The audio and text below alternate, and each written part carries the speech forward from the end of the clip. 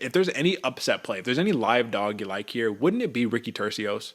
Doesn't he have every intangible to be able to counteract everything Rosas does? Fantastic jiu-jitsu, interesting striking, dog in him, very passionate, very spiritual, very eccentric. None of that really matters, but what does matter is this dude's got some experience, and he's a 10-year veteran now, I guess just as much as Rosas is. But the point is he's had some losses, he's had some gritty wins, and I think he's had to dig harder than Raul Rosas has so far. So my question to you, price of admission, AJ, minus 250, Raul Rosas. Dude's like 18 years old, you know what I mean? Let me pull up. What's the age? He is 19 years old. He is currently a minus 245 favorite, so it just dropped price heartily, right? Is that too high for you? Confidently. I'm not talking about what where picks are and stuff like that. Just you look at it, take his name away. Take 19-year-old prospect, fantastic submission artist, got a knockout in his last fight. Is minus 245 too high to pay for you?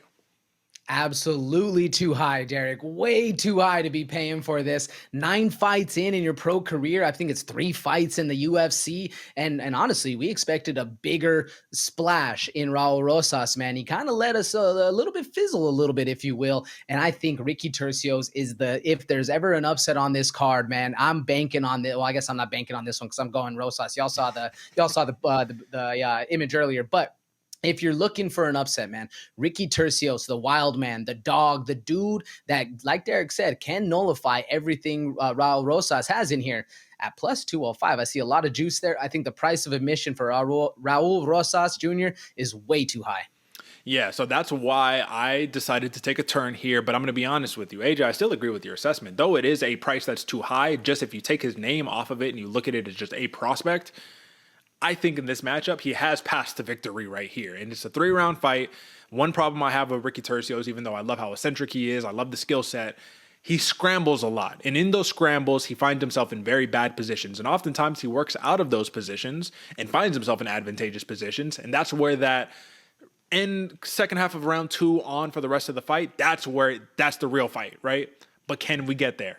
Does he get submitted in the first round? That is a big possibility, which is why you see submission prop plus 175 for Raul Rosas. Now, if you look, everybody knows though, right? It's just kind of like you're game planning against the D1 wrestler. You know they're going to shoot.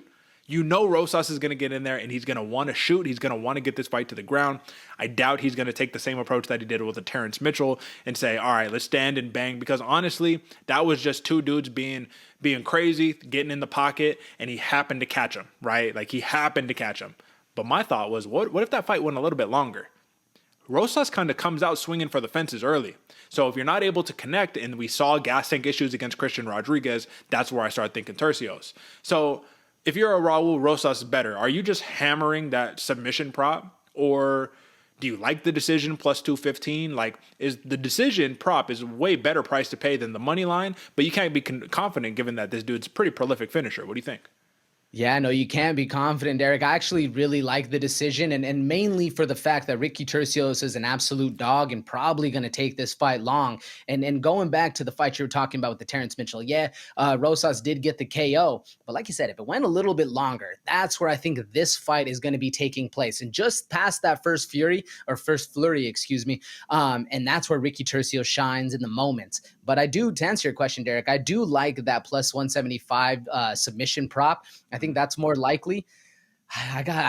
This one's a very hard one for me, folks, because I want to bet on Turcios, and I can see why Derek did, but this one's going to be close. Well, if there's a real bet to make, here's the real question I got for you. Over and under 2.5 rounds. What do you like? Over or under? Over and under 2.5. Man, on a 3-round fight, I like the under. All right. Plus 105 for the under, minus 125 for the over. So I'm going to rock with the over here. I like Ricky Turcios. Take what you will from this segment here, folks. But if there's something to think about, it's the live dog that Ricky Turcios is. Even if you bet on Rosas, I still say at plus 200, plus 205, you throw $10 on Ricky Turcios and you hedge. It's not going to hurt you. It's $10. If you ain't got $10 to bet, you probably shouldn't be betting in the first place. But that is your pick right there.